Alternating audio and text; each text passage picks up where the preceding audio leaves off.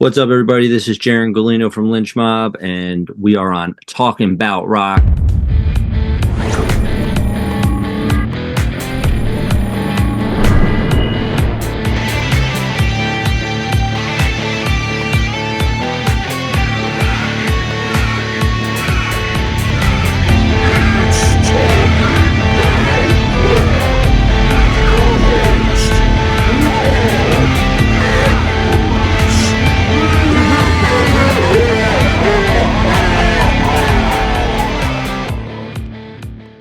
Okay, today's guest brings us the East Coast attitude and the energy to his stage and music. He has performed with bands such as Tantric and Heaven's Edge, and currently he's on tour with George Lynch's Lynch Mob.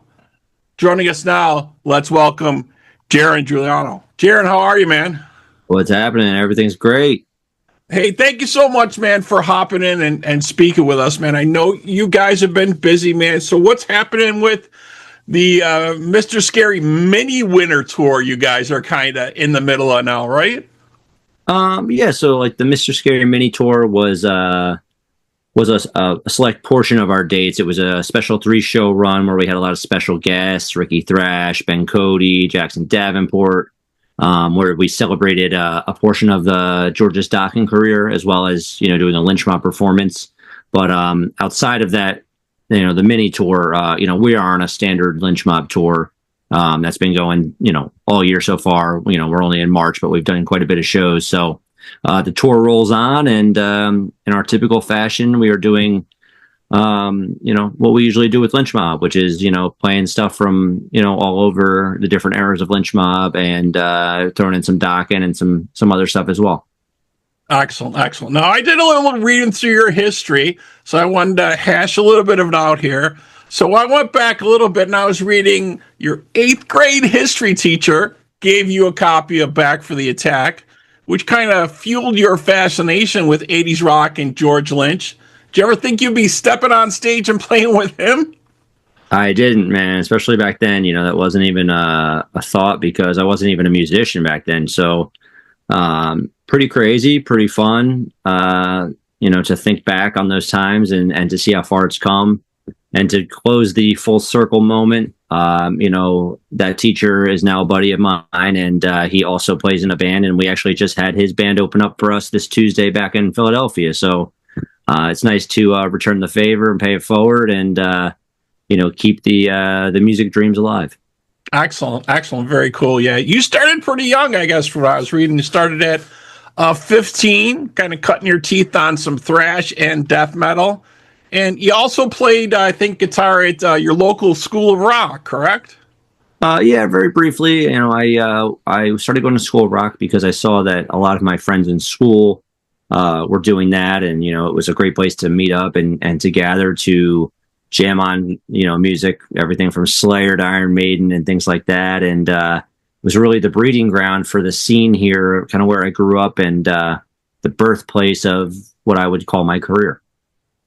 Right. So early on, when you started early, you were fronting your own bands, but you also got hooked up with Heaven's Edge, stepping in for them for their departed bass player. Tell us a little bit how that started out. Sure. Well, Gigi had passed away, I believe, 2018, if I'm not mistaken. And the band kind of wasn't sure how to continue. And then heading into 2019, they were kind of trying to put the pieces together, and deciding whether or not they wanted to continue. And, when you're an all original band, with all the original 5 guys, it's hard to really envision of what the band would be without one of those guys, especially after all these years. So to get that call, it was an honor. And, of course, being a Philly native, Heaven's Edge is a legendary band here. So it was hard for me to think of any other response other than yes. And those guys are all kick ass, and I'm still doing that here somewhat close to 7 years later. So I'm very grateful for that. And we have a new record coming out later this year, which will be the second one that I've been a part of. And so, it's a pleasure to help the band continue its legacy, and to keep the fans happy out there.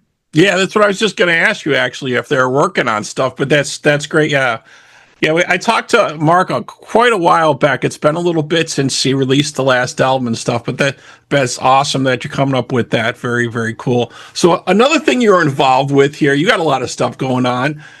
You teamed up with Stone Sour's Josh Rand for the L.I.F.E project. And I think Cassandra Carson was also doing some stuff with that as well, right? Yeah, so that was her and Josh's project. It started out just the two of them, and then as it became more of a touring thing, and opportunities came to hit the road, we had to find a band to put that together and fill it out. So that's when I became involved, and I believe there's a new record coming here in the next couple months, sometime within there. I'm not sure the exact date. But yeah, we spent a lot of time working on it, and it's been done for a while now. So I'm very excited for it to see the light of day. Yeah, very cool. She's another very busy artist as well, not just with Paralandra, but I know she was talking about her Cassandra's Crossing, another follow-up album that's going to be coming out. So very cool to hear also that we're going to have something else from the L.I.F.E project. Are you guys thinking about working any stuff together? You and Cassandra putting any stuff together yourselves?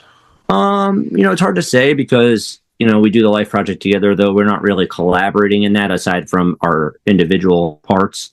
The Cassandra's Crossing project with George, it has been kind of like it first started kind of as a one-off thing, and right. The first album was amazing, and then they actually just completed a second record, which I collaborated with her on for vocals, lyrics and some melodies and stuff. And not that she needs any help. Her work is truly amazing, but it was very special to be able to work on some of that with her. And I think fans will be very happy when they hear it. It is truly an amazing record, and probably some of hers and George's best work that I've heard.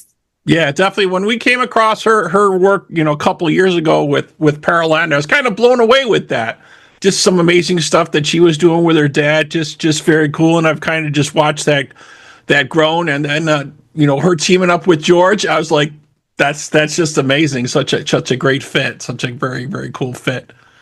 Yeah, Paralandra's an incredible band. All around, all four members bring so much to the table, and it's one of those bands where I feel it's a crime that more people are not aware of who they are and that they're not bigger than what they are. But, they are continuously growing and, gaining new fans every day. And I think it's just a matter of time until, the bubble pops, if, so to speak. It's one of those things where, I hear the music, even some of the older stuff versus the most recent stuff. It's timeless and it never gets old to me. And, I really wish them nothing but the best. Yeah, it is really, really hard I think for any band right now, just to get heard, just to get out there, just, get some streams, get some views on their videos. It seems like it's even more difficult now, to do that. You know what I mean? Without a doubt. Yeah, it's definitely a challenge. The one thing I want to ask you about too, is I've been asking a lot of musicians about, is obviously the growth of AI and how that's reaching into every aspect of our lives. And what kind of scares me is obviously how it's reaching into music. What are your thoughts around that subject? Well, I feel two different ways about it. I do feel that people need to roll with technology and, adapt as it grows, because the moment that you stop adapting to it is the moment you become outdated and, kind of behind the times. However, I am an old soul in music. And so, I don't feel that AI really has a place in music, or whether it does or doesn't, it's a matter of opinion. But for me, I'm still a guy that uses real old amps. I'm not a digital guy. So I feel like music should be organic and a human thing, and not knocking anybody that uses AI at all. It's just not my particular cup of tea, but it is quite crazy how far it's come, and I've heard some pretty wild songs and pieces of music that were generated by AI that you almost can't even tell. But it's kind of scary. It's a scary time to live in, because there's so much out there that's generated by AI that you just don't really even know whether it is or it isn't. And whether that's spreading false information or enhancing things to make lives better, it could go either way. So I think it's a slippery slope no matter, which way you go with it. Yeah, I would definitely agree. The one thing that seems to be consensus about, at least at this point, is it really can't really can't give you the human emotional response from the music that you would get if it's a real person making that music. There's like no emotional connection that the audience kind of feels with that. One thing I did see this was it last year. I just wanted to let everyone know again is, as far as the AI music being generated, I've seen it be generated falsely on streaming services. So case in point, I was interviewing the guys from Babylon AD, and I was talking to them about a new song that showed up under their profile with Vinnie Vincent. And I'm just like, okay, so I guess you guys are doing a collab here with Vinnie Vincent. And they're like, no, that's not our song. It's an AI generated song that got put up there by Spotify, and we're telling them we want to take it down. I couldn't believe it. I'm like, this is crazy. So it really makes me think what's happening with artist rights as far as streaming services. Are they kind of handing over some of their intellectual property for them to mess with? Who knows what the small print says? So just something I think everybody should be aware of and keep an eye on for sure. And it seems a tad bit criminal, if you ask me. I would tend to agree for sure. So crazy stuff. I know you're busy and you got stuff going on. I know you're taking a break here from the road. Just from yourself, any words of wisdom for any young musicians out there today trying to get into this? What they should look out for, or maybe what they should concentrate on? I think the most important thing, and I say this to people of all ages and in all, areas of their careers, is, make sure that you enjoy it. Make sure that you're doing it for the love and the passion, because, at the end of the day, even if you're one of the biggest stars out there and you get paid a lot of money, it is a lot of work, no matter how famous you are. It's a grind. And it should be a labor of love and, something that you feel deeply passionate about, because that's where you get the best results. I feel like, you're out there with your friends, your bandmates, your family, you're playing for the fans, you're out there delivering a service and a performance. And the last thing you want to do is, phone it in or be miserable while you're out there, because there's so many people out there that do want to be there. There's so many people out there that would kill to be there. And I feel like, in this music community, there are so many great bands and so many great people, but there's also a lot of people out there that don't really care, that don't really want to be there, and, that are famous for the wrong reasons. And I feel like, if you're a young guy coming up, keep pushing, work hard, don't stop working hard, no matter how big or famous you get. And just focus on your craft, whether that's playing your instrument or, going all out on stage and just putting on the performance of a lifetime.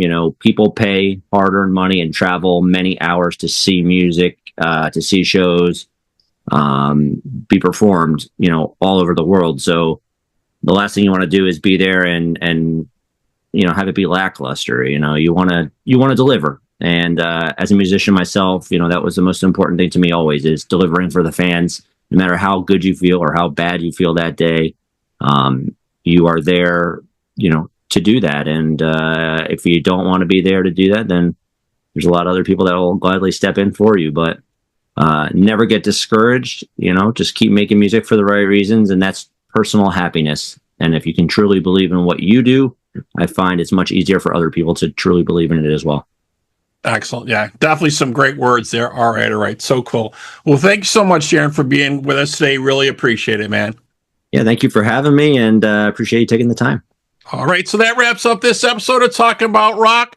To our listeners out there, we hope you're doing your part by keeping the torch alive and supporting live music wherever you are. Jaron, again, man, thanks. Thank you.